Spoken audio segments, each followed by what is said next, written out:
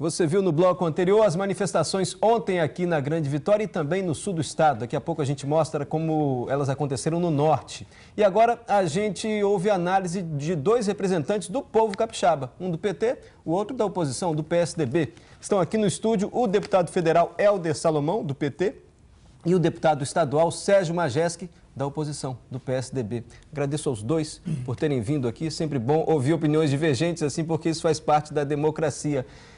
Como é que os senhores analisaram a manifestação de ontem? Segundo a polícia, 40 mil pessoas. Segundo os organizadores, 70 mil pessoas nas ruas aqui do Espírito Santo. Bom dia, né? Bom dia, Sérgio, Tati. Bom dia, Mário.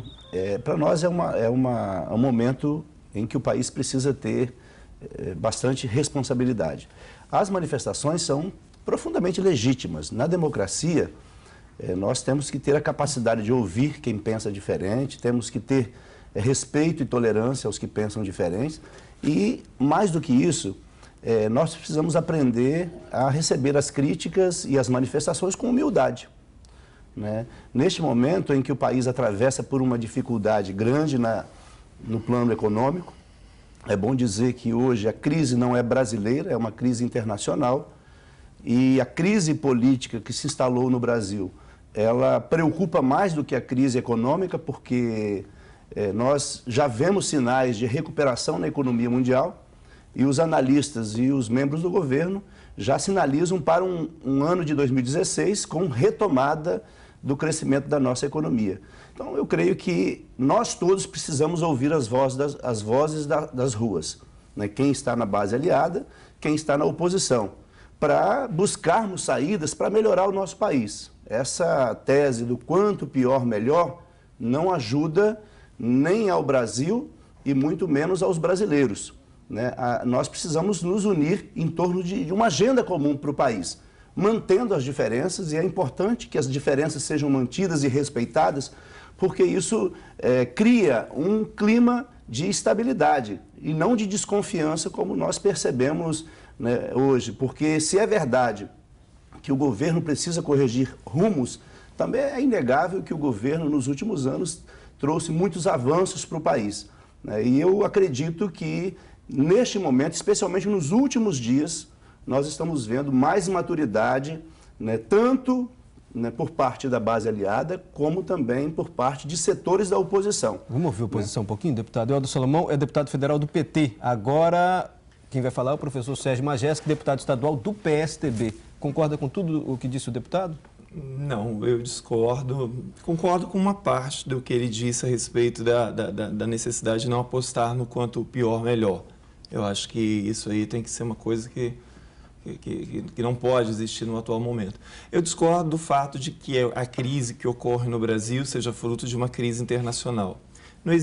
Hoje não existe em andamento uma crise econômica global, né? Assim, se você aponta assim, qual país do mundo está em crise hoje, né? Nós tivemos uma crise detonada em 2008 nos Estados Unidos, hoje a economia americana está crescendo 2%, 3% ao ano, né? Embora o crescimento econômico europeu não seja significativo, mas crise mesmo está havendo na Grécia. Então, assim, o Reino Unido hoje, a Alemanha, não passam por uma crise, embora o crescimento econômico esteja sendo baixo, ainda assim, na casa dos 2%, algo nesse nível, né?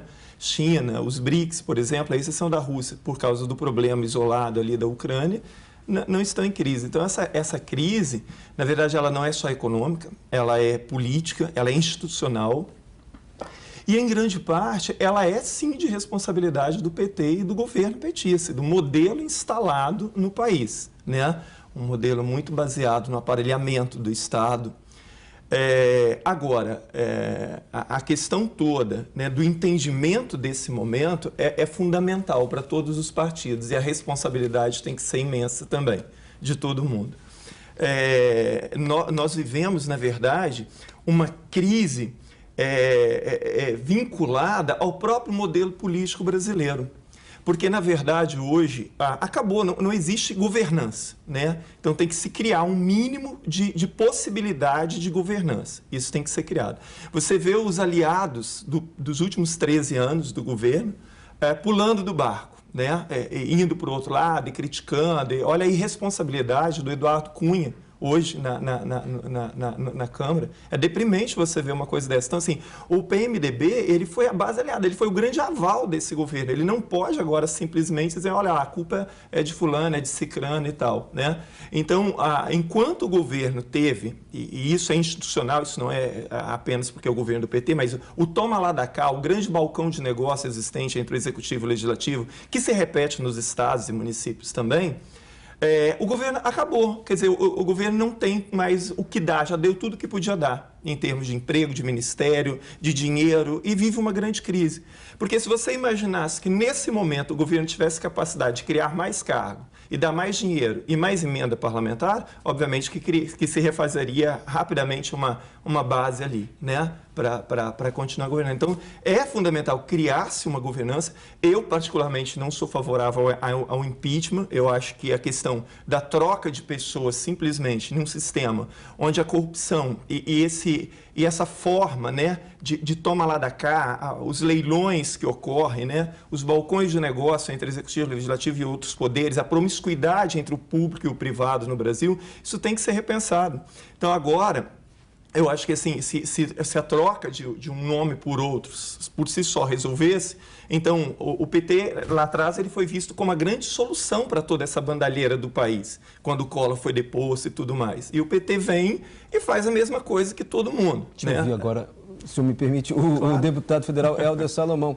O deputado está dizendo aqui, não é a conjuntura econômica que provoca o problema do país, ele vai entender que são erros do governo federal. E que se esperava muito do PT, e o deputado diz, o PT não fez muito diferente do que se fazia anteriormente. O governo teve muitos acertos, tanto é que nunca se teve tanta mobilidade social no nosso país nos últimos anos, investimentos na área social e infraestrutura. Mas o governo também errou, como errou o governo do PSDB no passado. Errou onde esse governo? Olha, eu avalio assim, para não aprofundar aqui, porque nós não temos tempo, mas um primeiro aspecto, o governo exagerou, a meu ver, nas desonerações. Que foram importantes, e outras também, né? Foram importantes para aquele momento, porque o Brasil retardou a entrada na crise.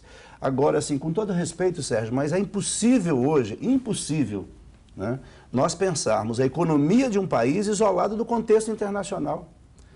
Estados Unidos, para poder dar a volta por cima, e ainda não deu a volta por cima, é bom que se diga, eles perderam 13 milhões de empregos durante a crise. A nossa taxa de desemprego hoje ainda é considerada uma das menores do mundo. Nós temos 7%, enquanto a Alemanha também tem 7%. A Espanha tem 25%.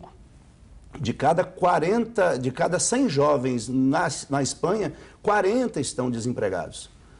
E nós podemos falar que esse desemprego em Portugal, na França, na Itália, estão em índices maiores do que os nossos índices aqui. O que eu acho é o seguinte, o Sérgio toca num ponto que eu concordo plenamente. Nós temos hoje um sujeito muito autoritário e que está tentando levar o Brasil para o buraco, que chama-se Eduardo Cunha. É um irresponsável que propõe uma pauta que inviabiliza o Brasil, Agora, Sérgio, qual é o problema? A oposição se aliou a ele. Então você faz críticas, né, ao Eduardo Cunha, mas hoje nós estamos vendo, né, a oposição aliada ao Eduardo Cunha para intensificar essa pauta que não é boa para o Brasil. Deputado então, Sérgio, assim, tem erros do governo, mas, a meu ver, setores da oposição, e aí precisamos deixar claro, né, setores da oposição estão se aliando ao Eduardo Cunha e colocando o Brasil numa situação de dificuldade política, o que agrava, né, o problema econômico. Então, assim, temos que admitir com humildade os erros do governo, mas também a irresponsabilidade de setores da oposição que se aliam àquele que você mesmo disse aqui, que é um irresponsável à frente da presidência da Câmara. No caso do Eduardo Cunha, não é só a oposição, né? A base aliada, em parte, está se aliando a ele, inclusive, em algumas pautas, como, por exemplo, a questão do fim da questão da previdenciária ali, os próprios deputados do PT votaram a favor também da proposta ali apresentada pelo Eduardo Cunha. Então, assim, há uma situação de grande responsabilidade e uma situação triste, né? Você vê o governo agora, o Renan Calheiros aparecendo como Salvador, apresentando a Agenda Brasil e não sei mais o que. Quer dizer, tanto o Eduardo Cunha quanto o Renan Calheiros estão envolvidos até os bigodes com a questão da Operação Lava Jato. Quer dizer, não tem credibilidade para isso. Deputados, o fato de o presidente da Câmara e do Senado, do Legislativo, estar se impondo assim, também não é demonstração de uma fraqueza do Executivo? O Eduardo Cunha não se sobrepõe porque a gente não tem uma liderança no Executivo capaz de ditar os rumos do país? Eu votei num outro candidato para presidir a Câmara e nós fomos derrotados e temos que aprender a aceitar as derrotas. A minha pergunta é em relação ao Executivo, ao presidente Dilma. E por que nós votamos? Exatamente porque nós sabíamos que o Eduardo Cunha ia buscar um movimento para criar dificuldade para o Executivo. Houve, de fato, nesse processo, um enfraquecimento da liderança da presidente, né? Mas o movimento feito na Câmara Federal hoje pelo Eduardo Cunha, ele compromete, né, a estabilidade do nosso país. Deputado Sérgio, o senhor vê que isso também esse fortalecimento do Legislativo é em função de um enfraquecimento da presidente, que não consegue administrar e governar, ter articulação política? Então, eu acho que há esse problema da falta de articulação e da fraqueza, né, da falta de governança, que, como eu disse anteriormente, e o fato, como eu disse também, assim, acabou, o governo não tem mais o que trocar. E como o apetite é voraz dos partidos, de grande parte dos partidos, de grande parte dos políticos, por cargo, por liberação de verba, etc., eles vão enfraquecendo o governo, porque a situação do Eduardo Cunha, ela é incompreensível, assim, é porque ele está insatisfeito com o quê com o governo, na verdade? Então, na verdade, ele está agindo numa tentativa de se vingar do governo por alguma coisa que ele não obteve e que ele esperava, na minha análise, que o governo protegesse da situação de ser indiciado ali ou de ser apontado nas investigações da Operação Lava Jato. Né? Deixa eu ler a participação de alguns telespectadores, tem muita gente participando do Bom Dia com a gente. Vamos lá. O Alberto, ele diz aqui o seguinte: a crise mundial já passou e tudo que estamos passando se deve à incompetência gerencial. É a opinião aqui do Alberto. Deixa eu ler aqui a participação do Rodrigo, que fala aqui o seguinte: para acabar com a corrupção, além de cadeia, só dando educação, nós iremos reverter dessa forma o ciclo vicioso que se formou. É a opinião do Rodrigo. A gente tem a opinião, muita gente mandando aqui e-mail para a gente. O Odair também diz o seguinte: ele é a favor das manifestações, pois esse governo do PT não faz nada para os trabalhadores. Mudaram a forma de pagamento do PIS, do PASEP, mexeram na CLT. Ele queria ver os deputados trabalhando por um salário mínimo melhor. São opiniões que estão chegando aqui. Tem algumas perguntas também, mas antes, vamos mostrar como foram as manifestações no norte do estado, Mário? Vamos, porque a gente já mostrou o sul. Daqui a pouco a gente fala sobre a Lava Jato também, corrupção, como é que PT e PSDB encaram essa operação, porque parece que o mecanismo vai se repetindo e nas ruas a população se queixa muito disso, né? Chega de corrupção. No interior também teve manifestação, você já viu como foi no sul, em Cachoeiro. Vamos saber agora no norte e também no noroeste. Vamos até Colatina, quem traz as informações para a gente ao vivo é o Alessandro Baquete. Bom dia, Alessandro. Ei, bom dia, Mário, bom dia para você, bom dia a todos. Em Linhares, no norte do estado, o protesto foi no centro da cidade ontem. Os manifestantes percorreram as ruas do centro. Eles carregavam faixas com frases contra o governo federal. O Brasil está indignado, isso precisa acabar. Nós não temos esperança, nós não vemos um futuro. Isso precisa acabar. A cada dia nós temos uma nova decepção. Todos os políticos praticamente estão envolvidos. A questão não é só o PT, é o sistema brasileiro que está todo embasado na corrupção. Muita gente também saiu em carreata. Aqui em Linhares, segundo a organização e a Polícia Militar, pelo menos 200 pessoas foram para as ruas nesse domingo. E os organizadores esperavam 5.000 pessoas na manifestação. O movimento em Linhares durou 1 hora. A gente viu aí o protesto em Linhares e aqui em Colatina, os manifestantes percorreram as principais ruas da cidade, atravessaram a ponte Florentino Avidos e terminaram o protesto já no início da noite. A manifestação foi marcada às 4 horas da tarde e aos poucos os manifestantes iam chegando à Praça Municipal em frente à Câmara de Vereadores, no centro de Colatina. Nos cartazes, frases como "o gigante acordou" e não a corrupção, e sim a saúde, segurança e educação. A gente vê as instituições se deteriorando com corrupção e a gente quer que isso mude. Os manifestantes vestiam camisas verdes e amarelas. Alguns estavam de caras pintadas e juntos eles cantaram o hino nacional. A imagem do Cruzeiro resplandece. Depois de 1 hora concentrados em frente à Praça da Câmara Municipal em Colatina, os manifestantes percorreram também a Avenida Getúlio Vargas. Os organizadores da manifestação disseram que quase 1000 pessoas foram para as ruas em Colatina. Já a Polícia Militar calculou 400 pessoas. Depois de percorrer a Avenida Getúlio Vargas, já no início da noite, os manifestantes também atravessaram a Ponte Florentino Avidos, onde os pedidos por mudanças continuaram. Pois é, assim foram os protestos em Linhares e aqui em Colatina. Mário, Tati, voltamos com vocês. Alessandro Brachetti falando ao vivo de Colatina, aqui em Vitória, no estúdio do Bom Dia. Nós estamos ouvindo o deputado Sérgio Majeski, que é deputado estadual do PSDB, e também o deputado Helder Salomão, que é deputado federal do PT. Os dois analisando o momento do país e o recado que vem das ruas nessas manifestações. Vamos dar voz mais uma vez ao telespectador do Bom Dia que se manifesta aqui pelo e-mail. Vamos lá. O Flávio ele pergunta o seguinte, eu vou ler algumas perguntas de uma vez, para que a gente possa continuar aqui no nosso debate. Pergunta ao deputado Sérgio Majeski, gostaria de saber, na sua opinião, sobre o PT e o partido e o PSDB estarem juntos no governo do estadual. Não é incoerente os tucanos gritarem fora PT e estarem juntos? Essa é a pergunta do Flávio. Tem uma pergunta aqui também, deixa eu voltar aqui. Opa. Enquanto isso, responde a do Flávio. Só pode responder, eu acho que, de alguma forma, isso é problemático mesmo. Essa questão desses arranjos que os governos fazem, né, para criar ali uma base e tal, acaba impedindo que a população também veja a diferença entre os partidos, né?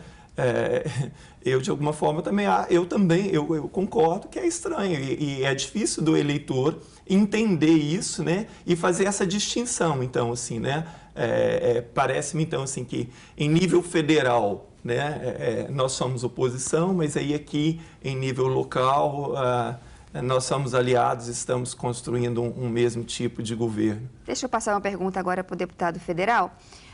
O Danglars pergunta o seguinte, o senhor não se sente envergonhado de ser do partido PT um partido tão corrupto? É a pergunta do Danglars. Olha, eu tenho orgulho de fazer parte do partido e orgulho da minha história política, né? O que é mais sagrado para mim é a minha ética e o meu compromisso com o zelo com a coisa pública.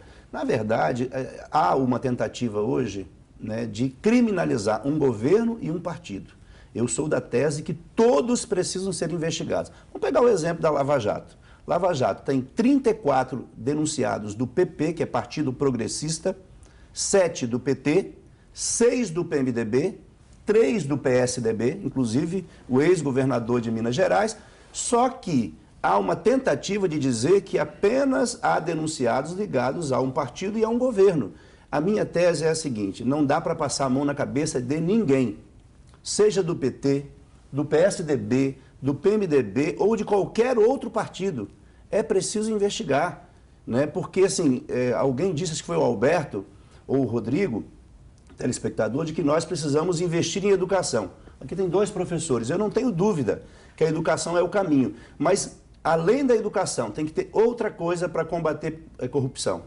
É a punição rigorosa daqueles que praticam, sejam do governo, sejam da oposição. Então, hoje há uma tentativa de dizer que apenas em um governo e um partido. Na verdade, eu já citei aqui, só aqui nós vimos 4 partidos que têm hoje citação. Eles precisam ser investigados. E se comprovar o envolvimento, tem que ser punido, seja de que partido for. Deputado Sérgio, concorda que há uma tentativa de criminalizar só o PT na Lava Jato?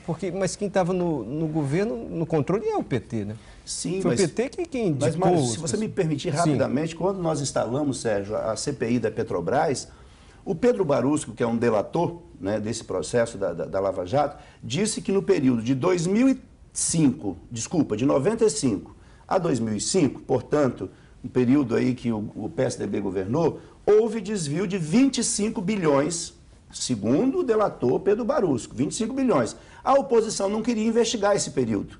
Então, eu acho o seguinte, o governo e o PT têm que pagar pelos erros que cometeu, obviamente. Agora, o que não dá é para nós fazermos apuração seletiva. denúncia seletiva. Temos que fazer apuração ampla e denúncia ampla. Então, vamos investigar os do PSDB que estão envolvidos, os do PMDB, os do PT, os do PP e até aqueles que não fazem parte de nenhum partido, viu, Mário? Assim, agora, eu acredito o seguinte, que isso vai ajudar o Brasil a ser mais forte. Nós, brasileiros que acreditamos no nosso país, precisamos acreditar nesse combate à corrupção, porque no passado a corrupção era engavetada e deixada debaixo do tapete. Agora nós estamos investigando. Deixa eu ouvir o PSDB. Eu desconheço que o ex-governador de Minas esteja sendo investigado. Está investigado. Eu discordo e não vi isso. Agora, concordo plenamente que todo mundo tem que ser investigado. Não existe possibilidade de se fazer nada seletivo. Agora, o que não dá é para o PT sempre na mesma situação. Assim, eles são há 13 anos no governo, 13 anos. E continuam se reportando ao governo Fernando Henrique, etc., porque no governo Fernando Henrique... Então, assim, depois de 13 anos, não dá mais para você ficar colocando a culpa no outro, entendeu? Eu acho que erros têm que ser investigados e todo mundo tem que ser punido. Os partidos têm que aprender a cortar na própria carne. Eu tenho dito isso o tempo inteiro, né? Agora, esses 13 anos do PT, quer dizer, não dá para você se livrar disso, né? Você estava no governo, com a maioria ali, né, com uma base aliada imensa, e nomeando cargos e não sei mais o quê. Então, assim, é óbvio que o PT é o maior culpado disso. Isso aí não resta a menor dúvida, né? Assim, nós estamos vendo o fim de uma era, né, de um projeto de poder que o PT tinha e que acabou.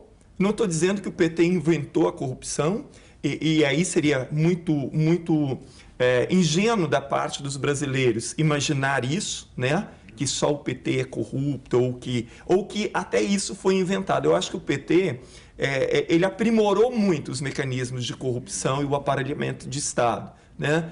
Agora, por outro lado também, é um ótimo momento, eu acho que nós vamos passar agora uma fase de transição. Então, por isso que eu acho que até o impeachment não seria bom para dar tempo que os partidos e a sociedade repense o país e entenda efetivamente o que está acontecendo. Porque, na verdade, nós acabamos de ver uma reforma política mentirosa ali feita no Congresso, que não responde a nada, e um dos pontos muito relacionado à corrupção existente é o financiamento privado de campanha. Agora eu preciso ir encerrando o debate. Os senhores me perdoem, eu acho que está muito claro aqui os argumentos dos dois. Eu vou dar aqui mais 30 segundos, pode ser? Só para as considerações para a gente terminando, senão a gente não segue com o programa. Porque é um tema que tem muitos E a população está se manifestando. A gente viu a população na rua ontem e as pessoas falam de uma forma muito bem argumentada sobre o que elas querem. Ontem o protesto foi muito direcionado ao partido do senhor, à presidência da República. 30 segundos, hein, para cada um terminar. Olha, Mário e Tati, agradeço a oportunidade, ao Sérgio também pelo debate. Na verdade é o seguinte, tem que ter humildade para ouvir a voz das ruas e tem que ter capacidade de unir o país para que a gente saia mais forte desta crise que nós estamos vivendo.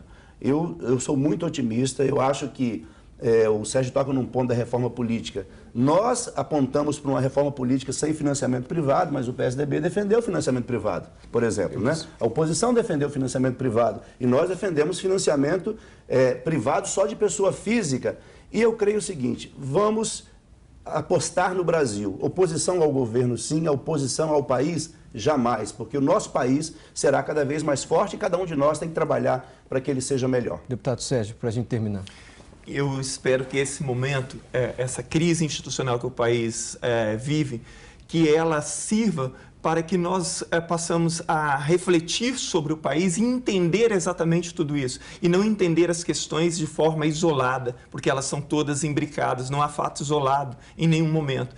E da mesma forma que existe em nível nacional, que as pessoas passem a ter mais atenção no que está acontecendo no seu município, no seu estado, que operações semelhantes podem estar ocorrendo sem que estejamos percebendo. Então, que esse seja um bom momento mesmo para realmente passar o Brasil a limpo. Só agradecer a participação dos nossos telespectadores aqui, o André, o Carlos, o Mário, Fabiano, muita gente participando, o Rômulo participando aqui do Bom Dia Espírito Santo. Eu não consegui ler todas as perguntas, mas dá para perceber aqui a participação da população ontem nos protestos e hoje aqui no Bom Dia Espírito Santo, a população aí se manifestando também, preocupada com esse momento político do país. Agradeço mais uma vez aos dois por terem vindo, são opiniões antagônicas. Você ouviu PSDB e PT. Mas é importante também que se discuta isso sem raiva, né? Porque a gente vive um momento hoje no país em que ter opinião divergente gera até ódio. Não precisa disso. É preciso debater. Em alto nível. O debate é alto nível, civilizado, para o bem do nosso país. O interesse de todos. Obrigado por terem vindo aqui ao Bom Dia.